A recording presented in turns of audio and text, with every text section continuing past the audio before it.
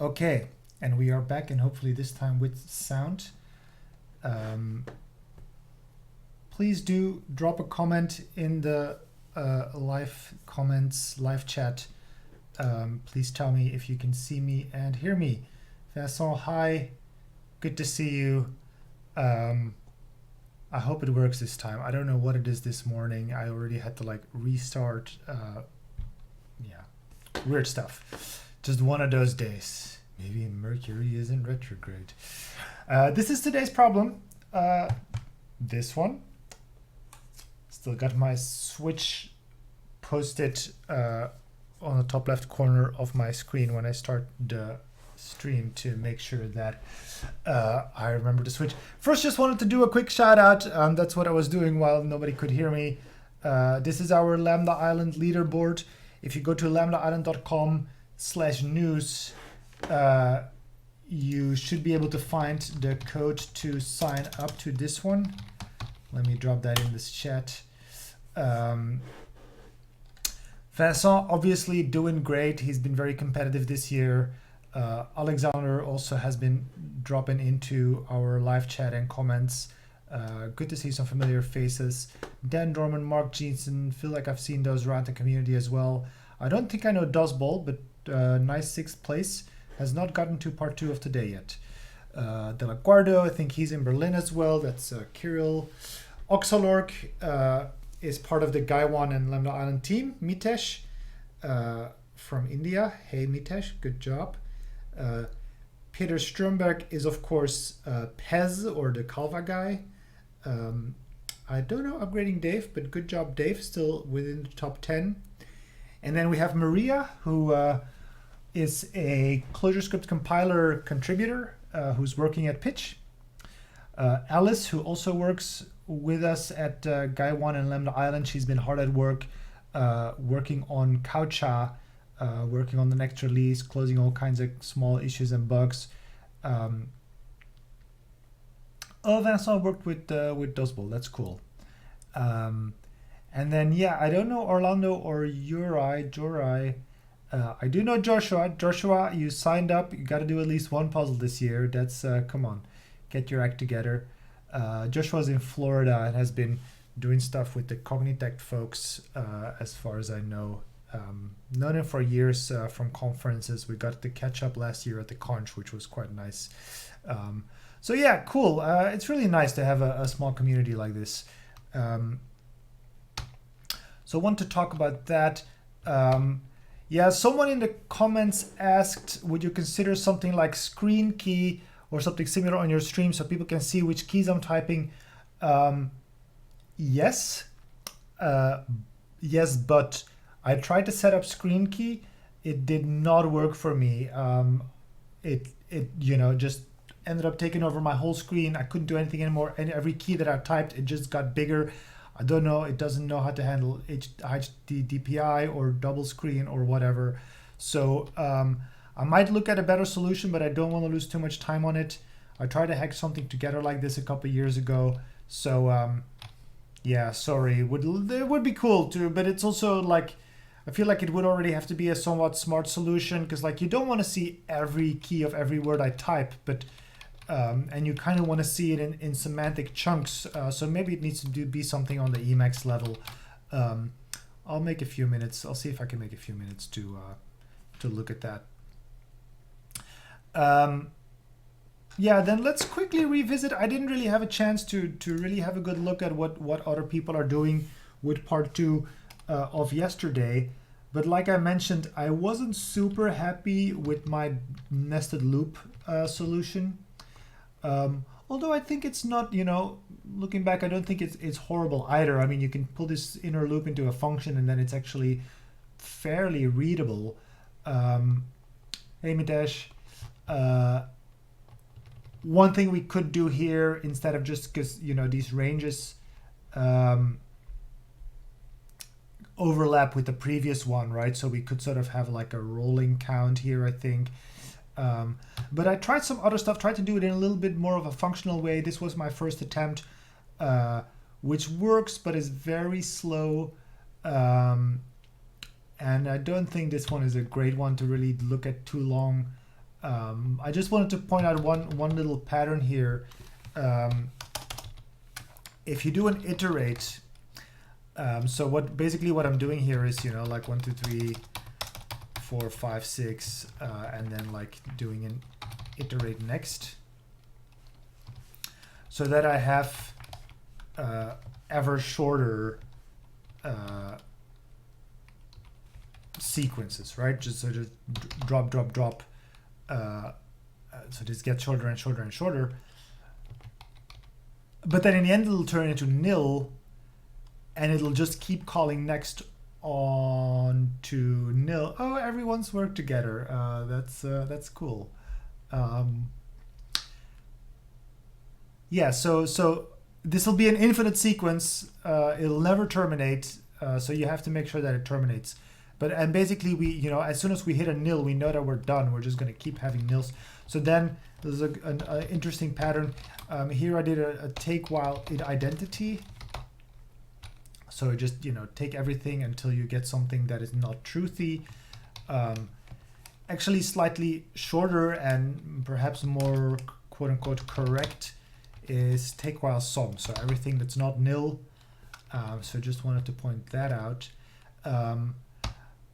But then I had another go at it this morning, came up with this, and this one I am actually quite happy with, because also if you look at the timing, so my original attempt, when I haven't even checked in here yet, because I had to restart everything. Actually, let me wrap this in a comment, gonna talk about that in a second. Yes. Yeah, so remember my original solution for part 2 yesterday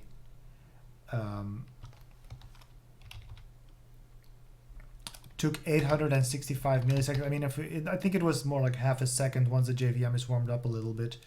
Or not, maybe it is actually around 800 milliseconds. So that's, yeah, significant. Too much, really.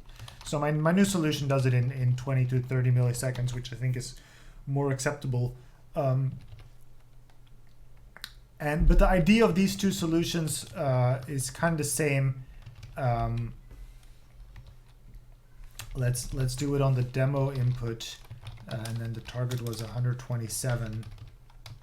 So to do this in a more functional way, I figured that I would build up a sequence of sequences of these ranges.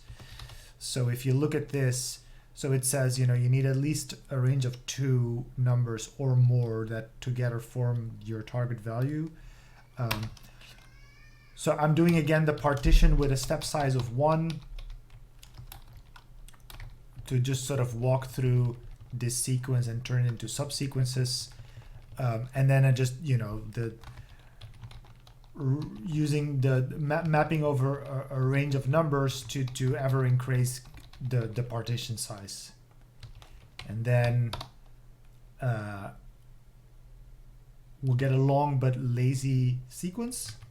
And then I use sum to find the first one that does the trick. So I think that's it's a better solution than my nested loop. Happy with that one. And then Bob asked on the comments, what would be the advantage other than semantics to use loop recur instead of recursing by calling the function from within the function? So, and he added an example. So this is sort of classical recursion, right? We have a part 2 function here, and then we call part 2 again. What's the problem with this? Let's say,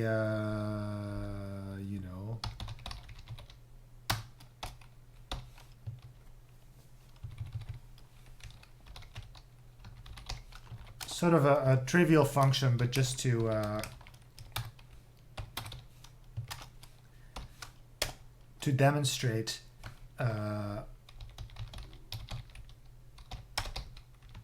So here I have,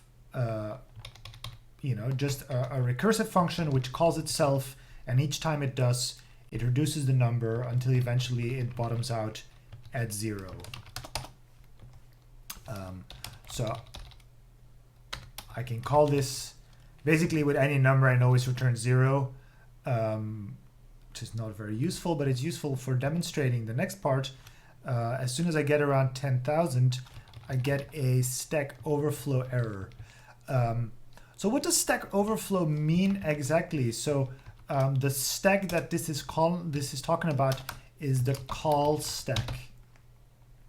And a call stack, it's a stack data structure, so it's something that you add onto, and then you can pop off it again. So it's got a last in first out, last in first out.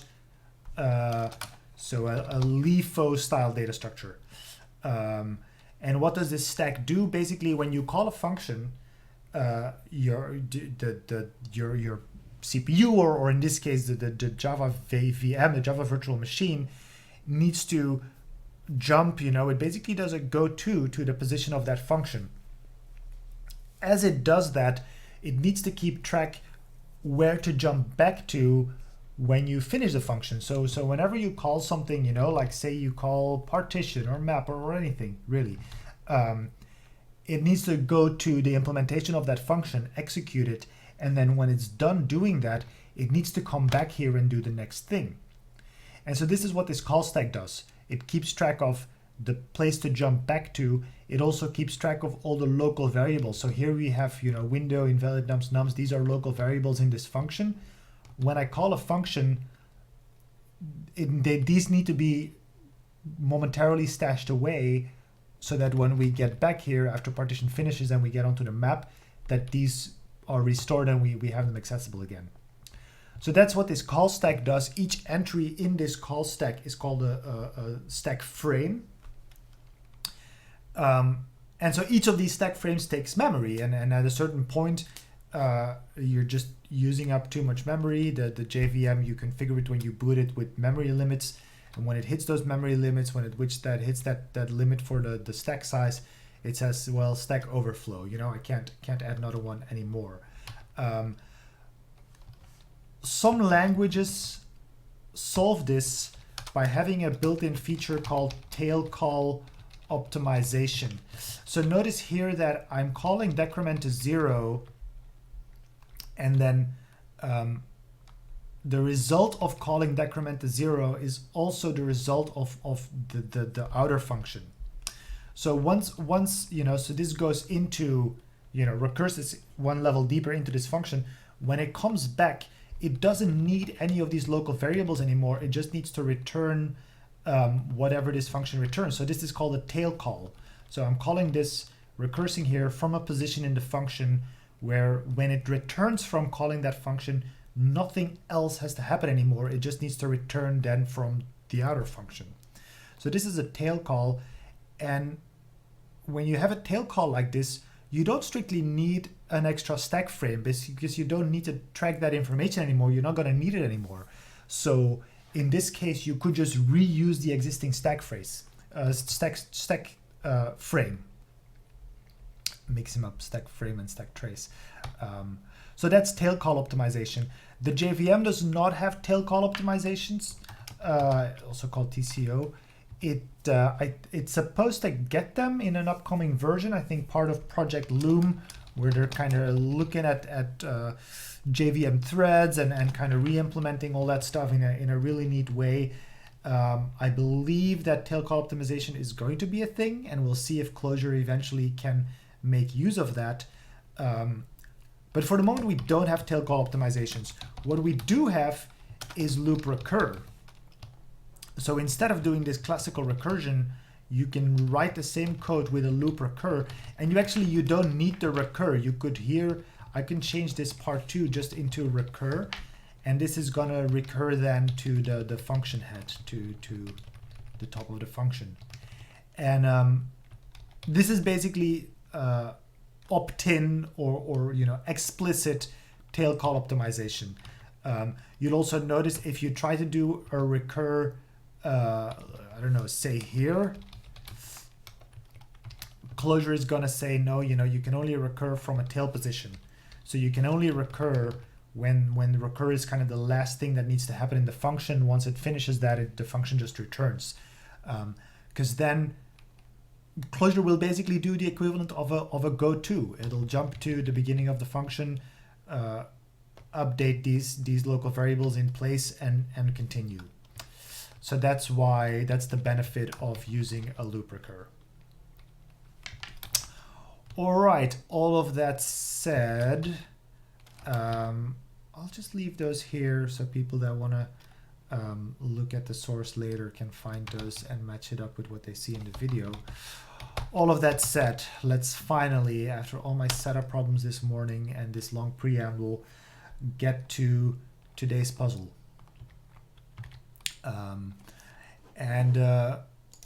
Again, it doesn't seem too hard. So we're still, there's trampoline. Oh God, no, I'm not gonna talk about trampoline right now.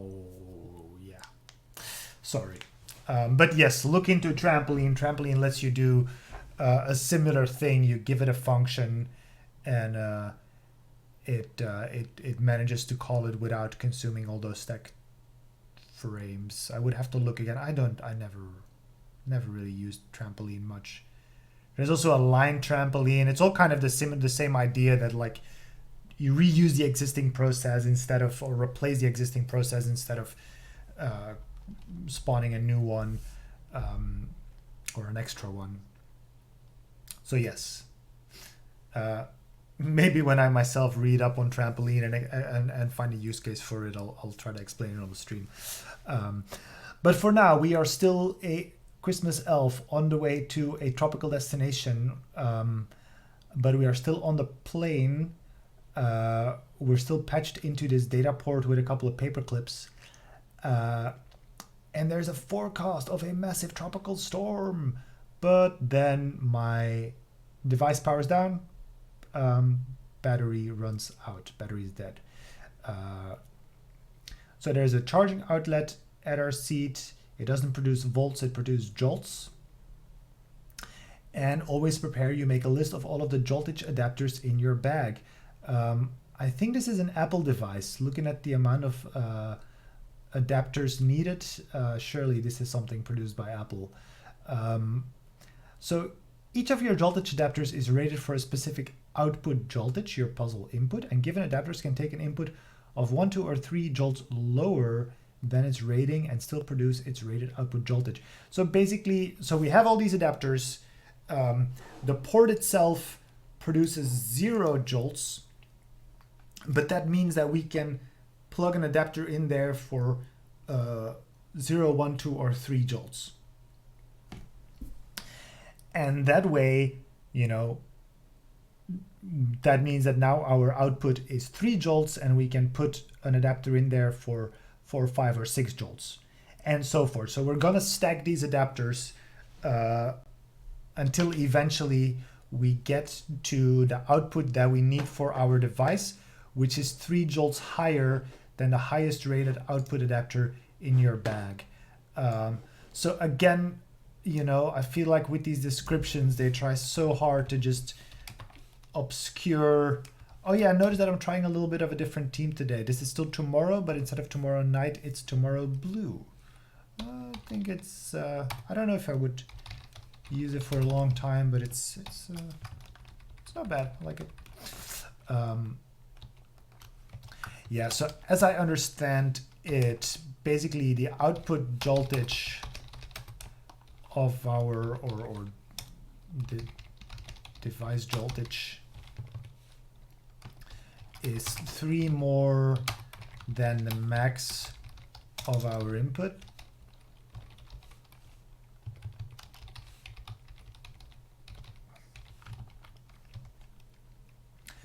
How much is that? 22. And then we need to stack these adapters, and we can't skip any, so we're just gonna sort these, and then do our good old partition trick. Always get the order wrong here, but it's the collection, of course, goes last.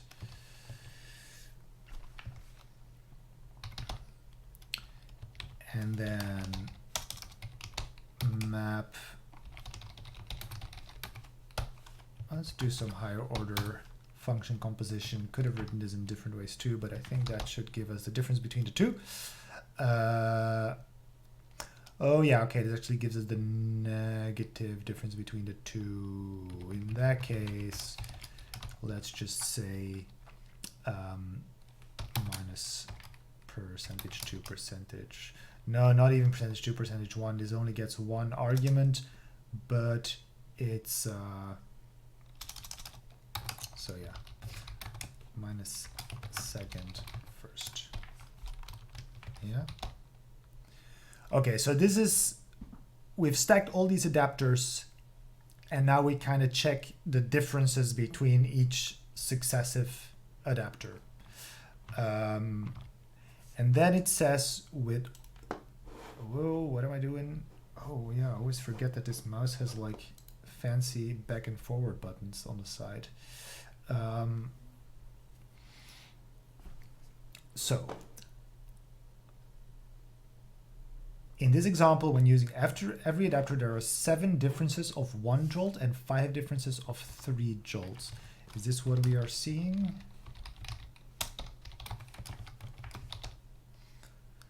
I'm getting 1 fewer, but I think so. What's our device voltage? 22.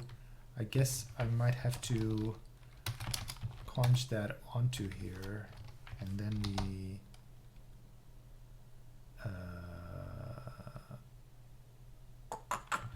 so what are we supposed to get? There are 7 differences of 1 and 5 differences of 3. We get 5 differences of 3, but only 6 differences of 1, because I guess we also need to account for the starting of 0. Yeah, that's our result. And then it says, yeah, here's a larger example. Find a chain that uses all of your adapters to connect a charging outlet to your device, blah, blah, blah, blah, blah. What is the number of 1 jolt differences multiplied by the number of 3 jolt differences? Yeah, I think we can do that. Let's see, what does this look like if we turn this into a thread last? Let's just stick that on there. That makes a little more sense. So yeah, we're taking our demo input, adding the starting and ending point basically. So we need to start from 0 and get up to our device's joltage. Sort those, split it into pairs, take the differences, count the differences.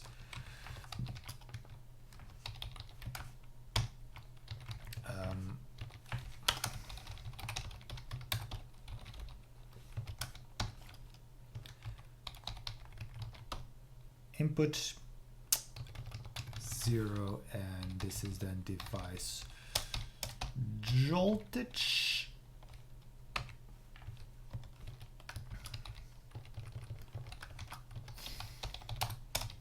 Diffs, and actually let's just destructure this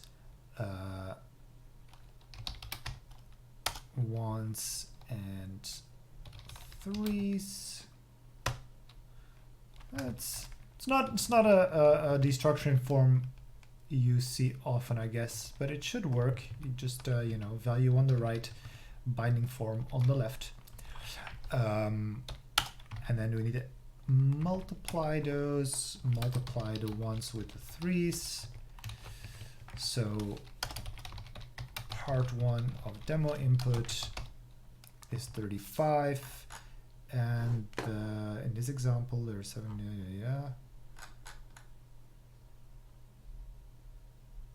and 7 is 35. Bigger input. Oh.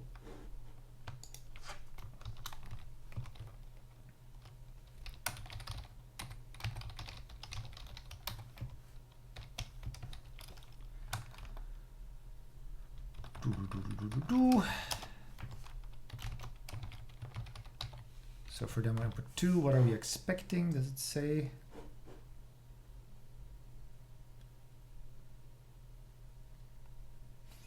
$22 differences of 1 and 10 differences of 3, so we should get 220. No, we get 28.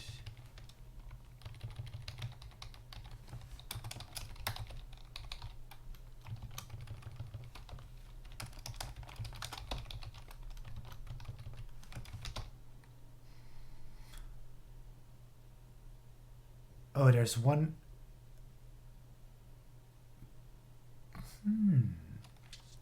How does that work? Why do we have one difference of 33? In this larger example, in a chain that uses all of the adapters, there are 22 differences of 1 jolt and 10 differences of 3 jolts. It's not at all what we're seeing. Eh? We're getting 7 of 1 and 4 of 3. Wait, what? Did I miss a number?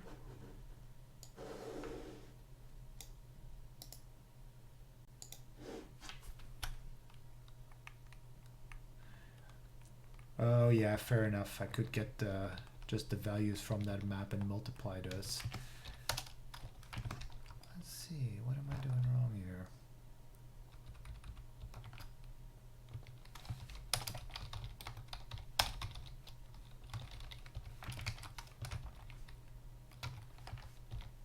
That's the same thing, right?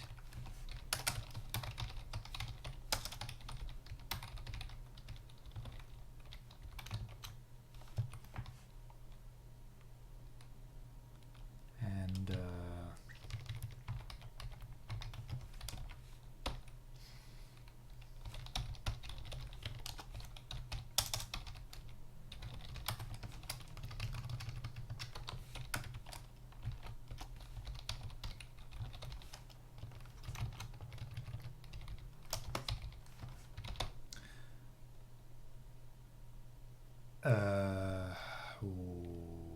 what's going on? Oh, I got demo input here. Oh my god. Yeah, that explains it. Do we get a better result now? 220. That's what we needed. Thanks, folks, for pointing that out.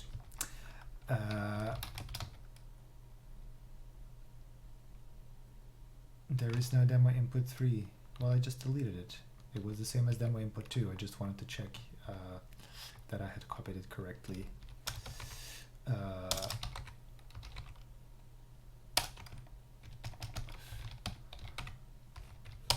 So let's get input 10. And we can use our util namespace again. Require lambda island AOC 2020.util as util. If real input util, what did I call it? Number seek or something like that. Resource seek. Maybe then I'll get some completion. Yes, for day 10. Let's actually put these in here for reference.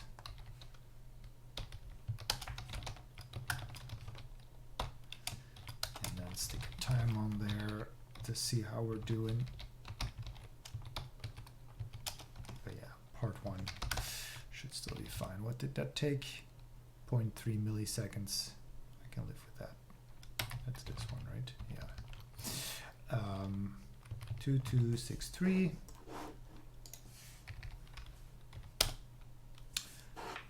So far, so good. To completely determine whether you have enough adapters. Also, cute what they're doing here, right? Like the story, like you start from 0 jolts, and then, you know, just by stacking adapters, you can get to any arbitrary amount, if only voltages worked in real life that way. To completely determine whether you have enough adapters, you'll need to figure out how many different ways they can be arranged. Ooh, this gets more interesting. Every arrangement needs to connect a charging outlet to your device. The previous rules about when adapters can successfully connect still apply. The first example above, the one that starts with 16, 10, 15, supports the following arrangements. So where does it get different? Right, yeah, so there, you know, we could put a 6 in here, 5, 6, 7, but we could also directly connect the 5 to the 7.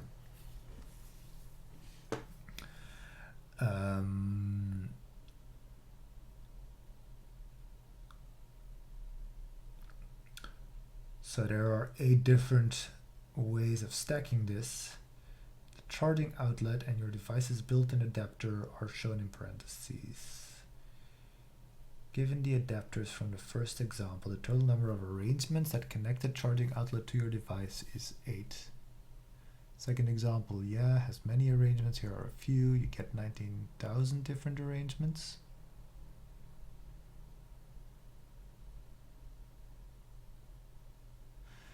There must be more than 1 trillion valid ways to arrange them. Surely there must be an efficient way to count the arrangements. Okay, fantastic. Yeah, so we're probably gonna have to care a little bit about performance on this one. Now I think what I want to do is kind of walk over the sequence and figure out, like for instance here, the 6 can be removed, right? And then we have a new sequence. And then from this new sequence, the 11 can also be removed. And then, you know, we kind of continue like that.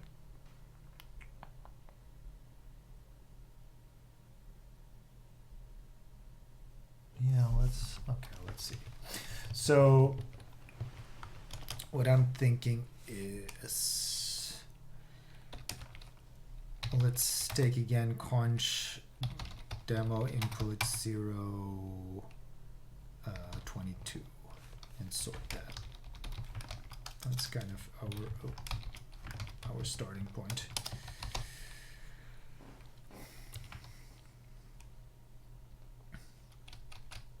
And then am I gonna do something with an index, or am I gonna partition this? I might do an. You can't disassociate an index on a vector, right? You can associate, but I don't think you can disassociate. I'm pretty sure that doesn't work. No, so I have to combine subvecs.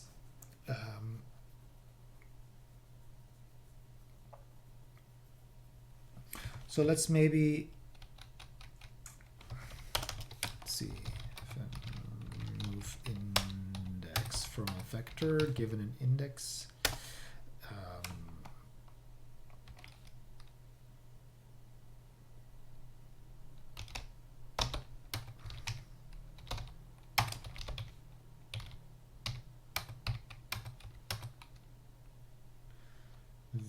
Is this inclusive or exclusive? I think it's exclusive.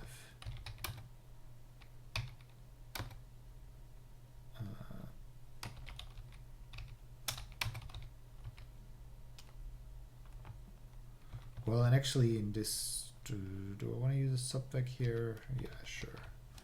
I mean, vectors are counted, so I can do this.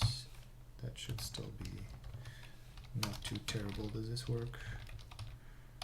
Remove index 1, 2, 3, 4, 5. If we remove index 2, right. In that case, oh hey Dan, hello from Alaska.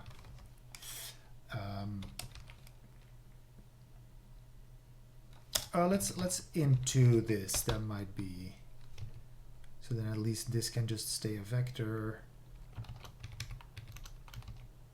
1, 2, 4, 5. Yeah, that is what I want. I don't know if that's really gonna get us anywhere.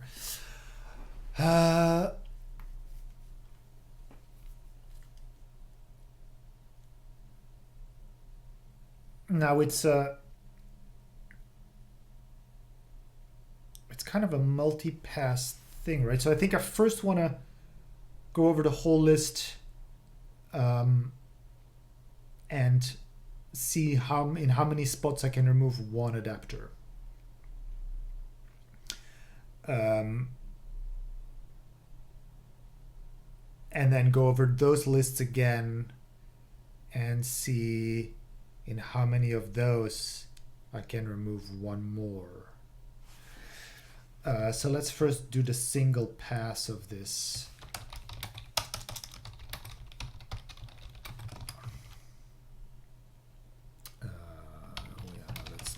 experiment that didn't work. So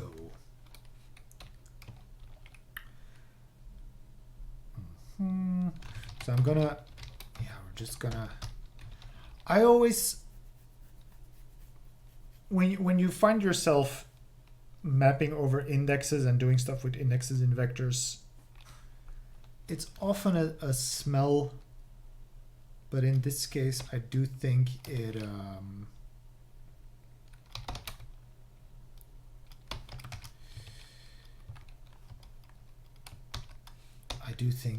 it makes sense. So we have an index. And then I'm going to add another small helper, can be removed vector index. What happens?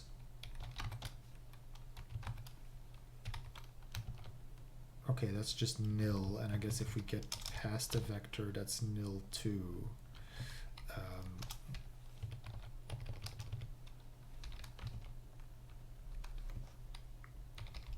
Okay. Left get fee decrement index, right get fee increment index, and left right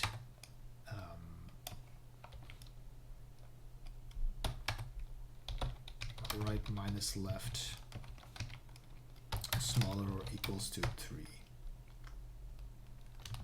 Did that make sense? So let's see if I have can be removed. So if I have, for instance, 1, 2, 3, that 2 can be removed. But if I have 1, 2, well, 4, that can still be removed. We can get from 1 to 4. But if it's 5, then that's false.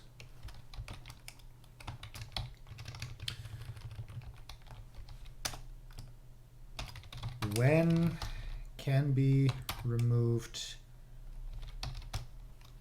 Yeah, let's already use. Actually, no, let's stick with full input. Hey, Torsten, good to see you on the stream again. So when this index can be removed, then remove index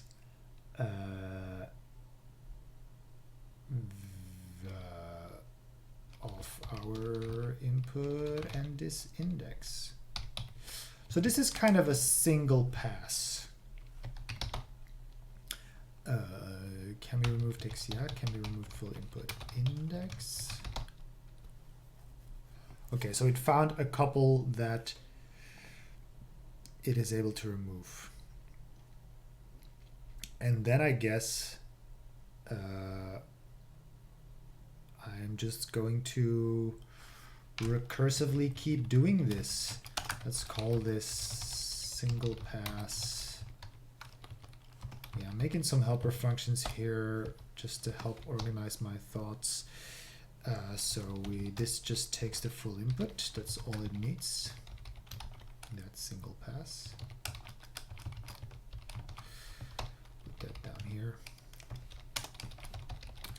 So loop. Yeah, okay. Combos, single pass. Actually, let's say combos. No, let's say this pass, single pass,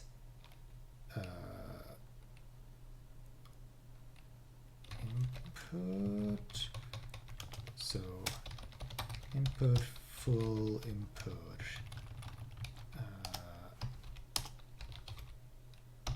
Results. We want to yeah, let's, I mean, the laziness is not going to help us, and concat has some weird gotchas. So I'm just going to into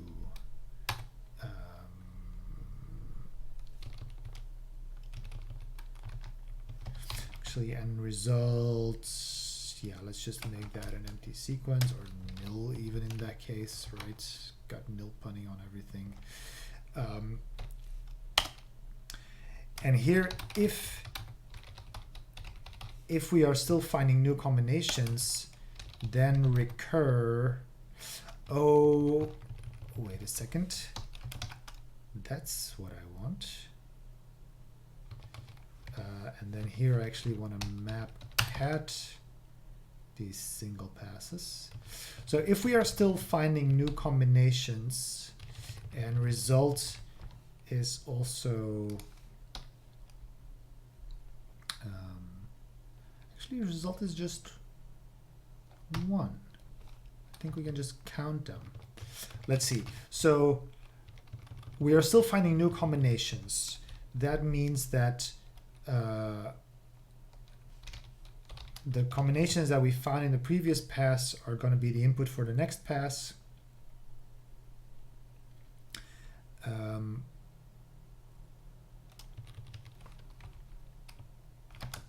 going to do this in a let.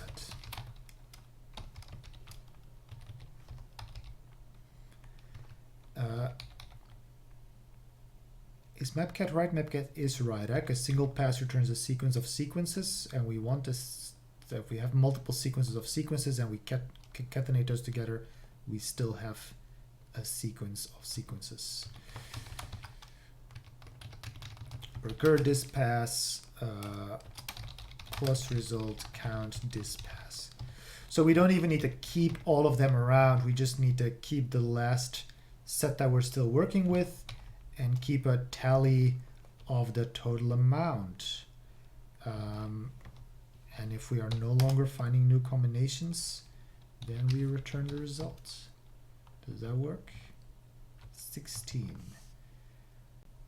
And what did we expect? We did not expect 16, we expected 8.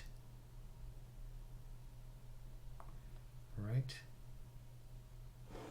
1, 2, 3, 4, 5, 6, 7, 8.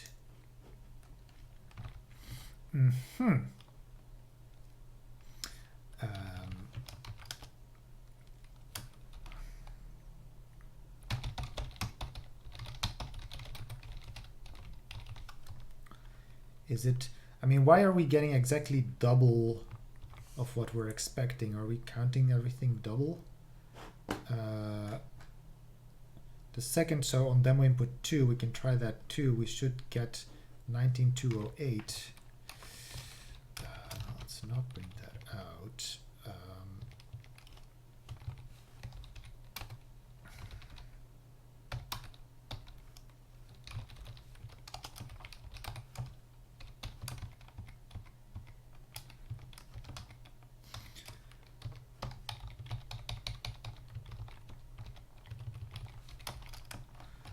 So things still the same thing, apply max input. It does, we do have to count the 22, yeah, the 0 and the 22 are part of the thing.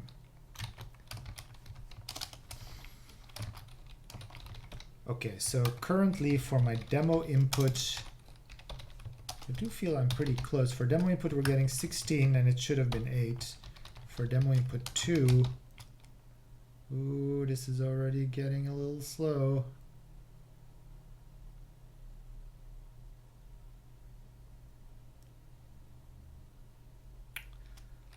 Oh snap.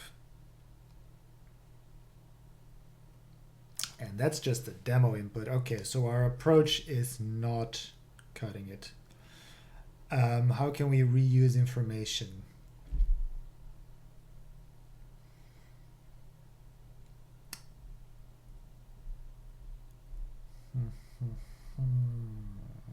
Can we do it in a single pass instead of this iterative approach? I mean, it is a combinatorial thing, yeah? Like,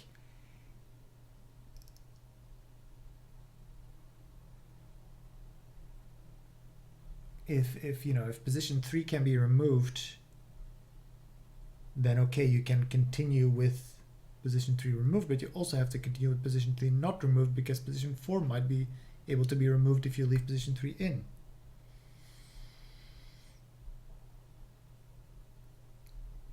hint dynamic programming. What does that even mean?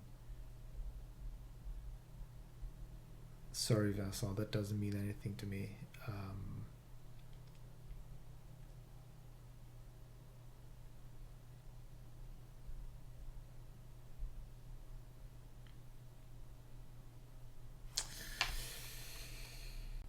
And we're already 47 minutes into the stream, and I do want to cap it at an hour, so I don't know if we're going to get this one today, folks. Evaluate, interrupt, no, won't even interrupt it. In memo-wise, yeah, okay, sure. But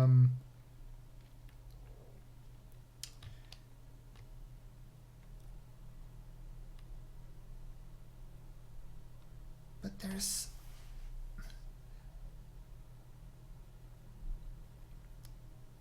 I mean, memoizing these things is not, I don't think this is going to help us, right? Like, it's not like we're passing in the same values to these. We're always, as far as I can see, passing different values in. Oh, no, wait a second. We do have duplication, of course. And maybe that's also why we're... yes, okay, I can see a flaw in my reasoning. Do I have my REPL back? Yes. Because yeah, we're like in a single pass, we're removing a single, like we're checking everywhere where we can remove a single element. And then in the next pass, we're checking again everywhere where we can remove a single element. And of course, you know, we can remove 3 and 5 or 5 and 3. Like this is gonna combinatorially blow up, which is also probably why we're getting too many results here. So yes, my reasoning is flawed. So we are going to have to do something more linear.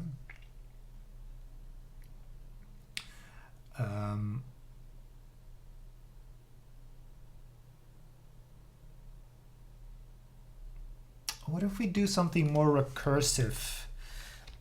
So, I mean, kind of similar thing.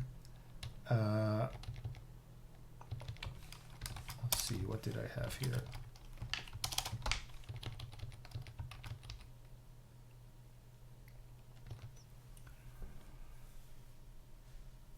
When can be removed?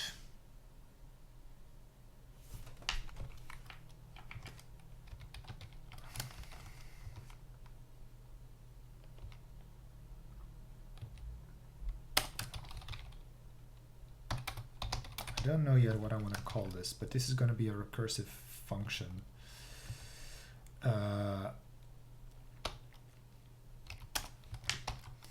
So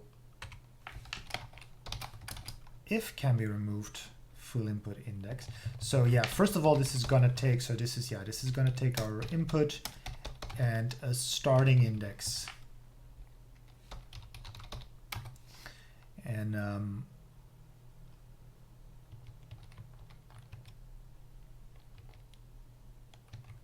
yes.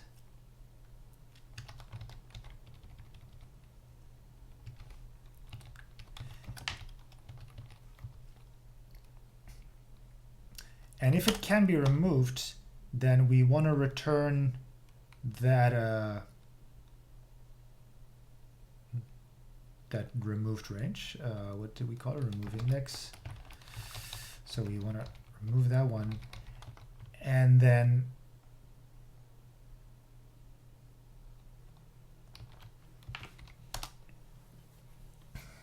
so that's one combination. And then we want to find the rest of the combinations starting from the index where we are, both with this element removed and with this element not removed. So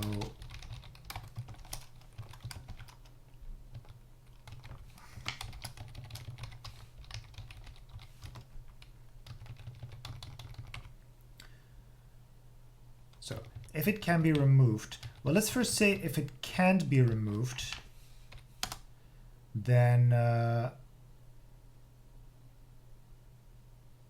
we just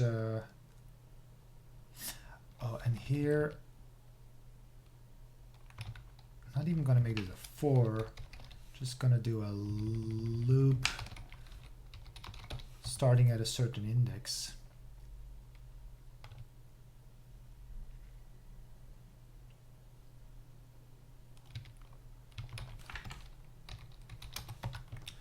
And I'm going to keep a count. So,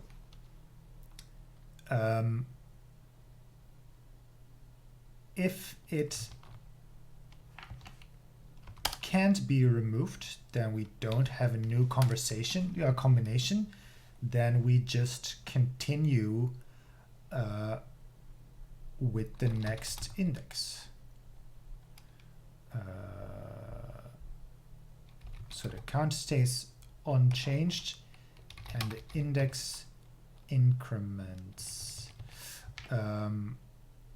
I should though add, so yeah, let's cons this.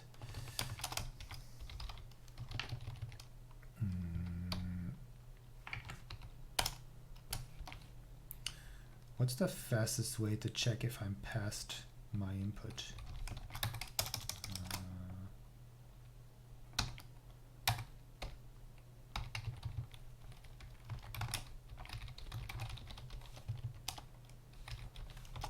So that's our terminated condition. We've reached the end of the input. If the current index that we're looking at can't be removed, then we just look at the next index.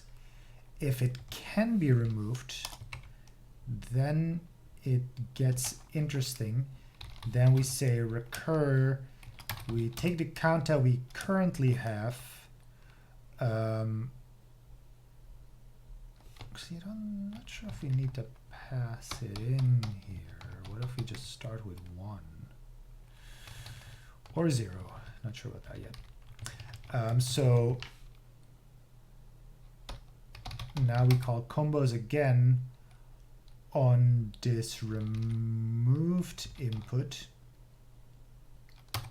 starting from the current index. Does that make sense?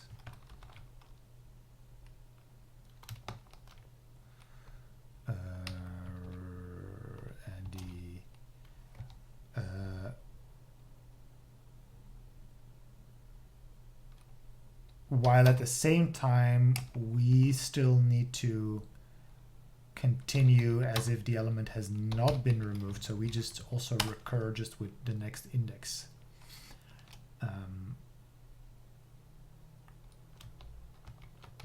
I don't know. Let's see. Full input starting at 0. 1. Eesh.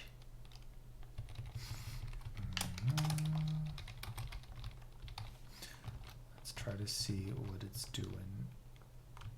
And let's maybe here put a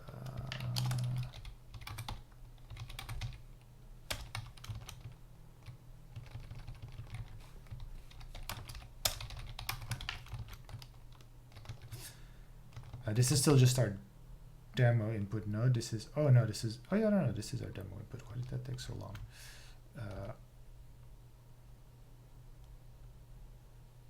Okay, because we swapped these two.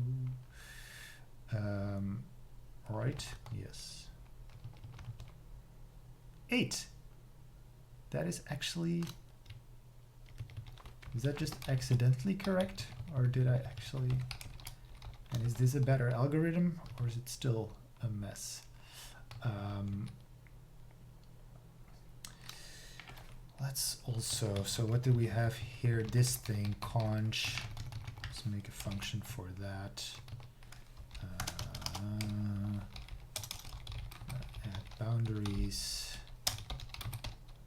Input. Boundaries.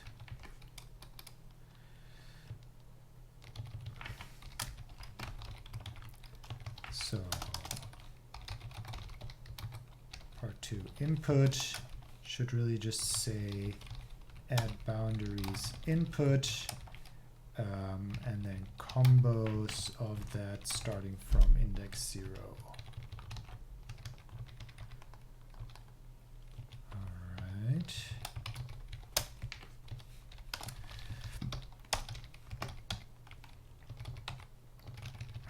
"57 minutes. Can we get under the hour?" This is probably also a good point to start checking for basic stuff like, what is it? No, not reflection, boxed, no, unchecked math, warn unboxed. That's how it is.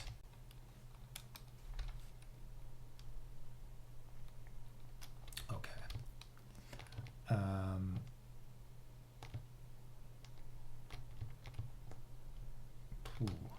Well, I mean, part 1, I'm not going to touch part 1, but here, say this is long, that should get rid of that.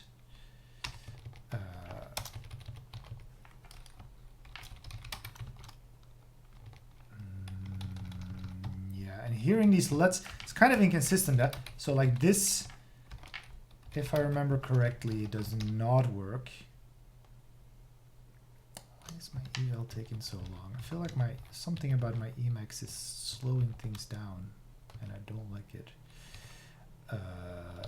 Yeah, so instead you kind of need to add this coercion. I guess just need to watch out. I don't know if there's places where we're actually dealing with nils. Yeah, this is also gonna be some unchecked math along, yeah. And then here, I mean, this can already, this is, you know, this is not gonna be a magic bullet, but it can already do a lot.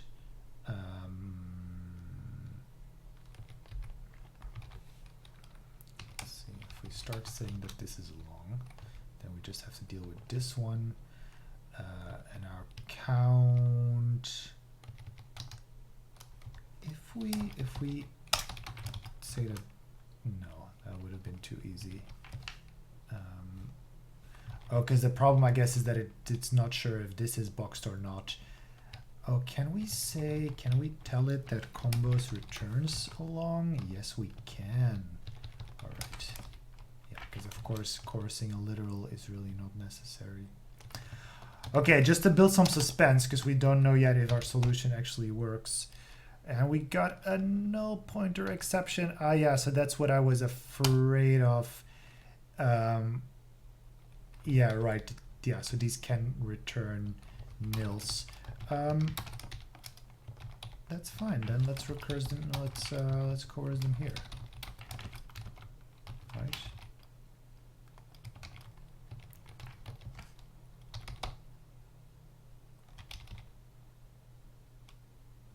Part 2. Wait, did it finish?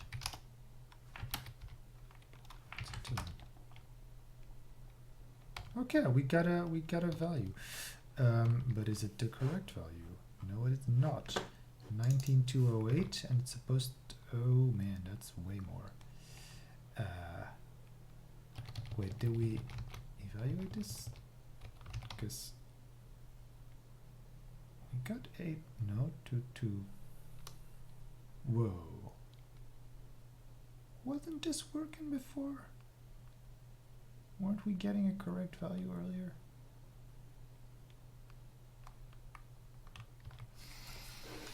So for demo input, we're supposed to get 8. I thought I saw us get 8. Add boundaries. Start at 0. Combos part 2.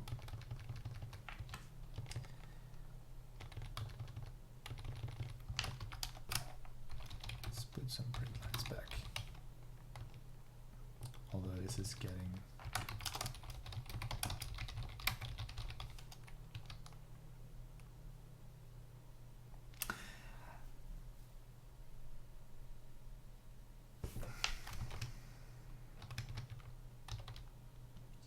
print a lot, but okay.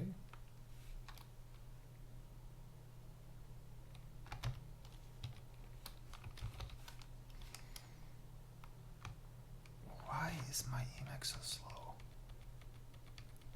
Been doing this since yesterday. I'm not sure what's happening.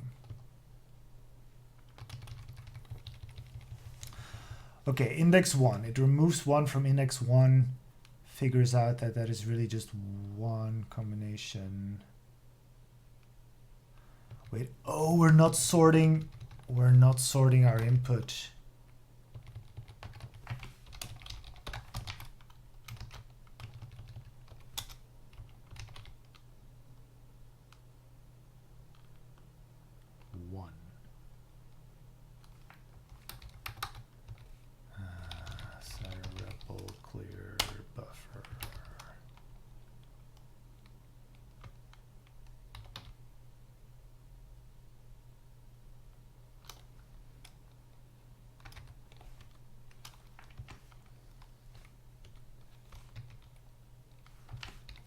That's it. Can't remove anything. Is my add boundaries wrong?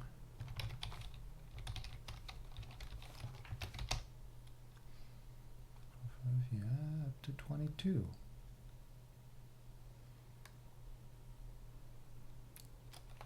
And so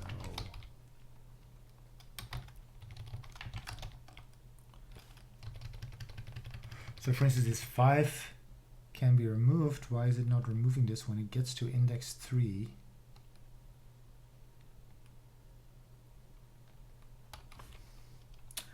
Oh, because it needs to be effect. Boy. We're dealing with indexes and now we're giving it sequences. That's not gonna fly. 8. Okay. All right. I knew it was working.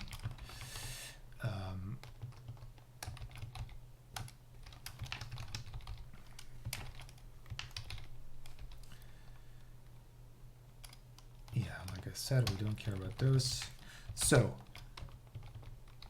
far so good. Does it work on demo input 2 within a reasonable amount of time? I mean, if it's not immediately returning, then it's probably too slow.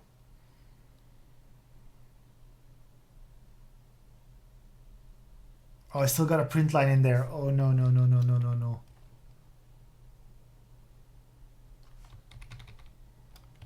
Ooh, that's gonna be messed up, and it's not even showing me the output.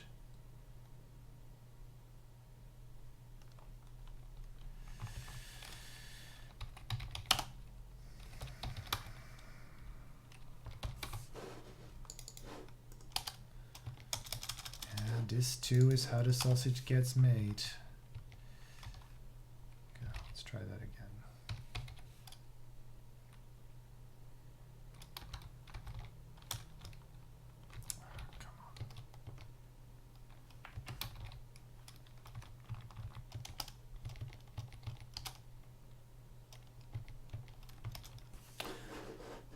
Cider has this fantastic anti-feature where it asks you if you want to reuse a buffer, and you never want to reuse a buffer. Just delete those buffers.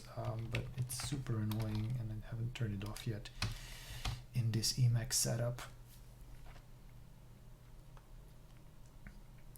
Now, do we have opportunities to memoize in this case? I mean, if all is well, then we don't, because I feel like there shouldn't really be much overlap.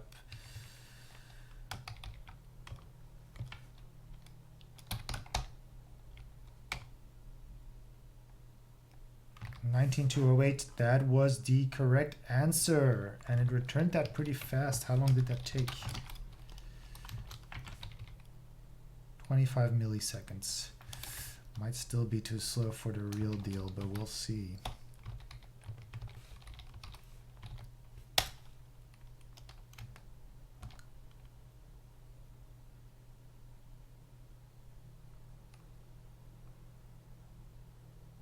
Also, I'm just doing a normal eval now, which means that if I don't note down what shows up in the overlay, then it's going to be gone and I'm going to have to do it again.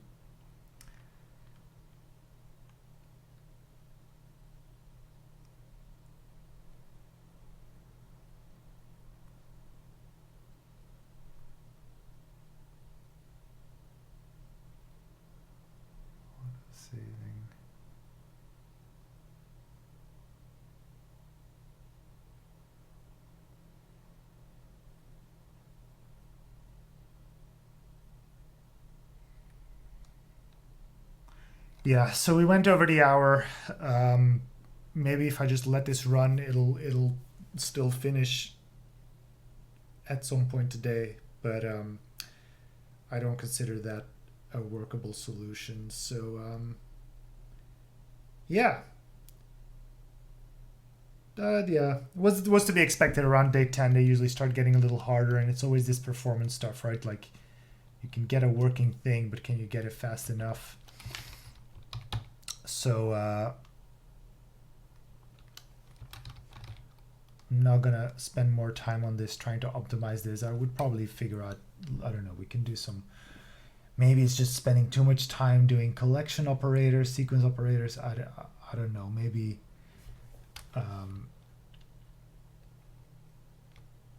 maybe our general algorithm is sound, but some of these are just way too slow. I'm not sure. But yeah, I'm gonna call it there. I hope it was still interesting. Looking forward to see what other people come up with. But yeah, it's 20 past 9. I do have actual work to get to too.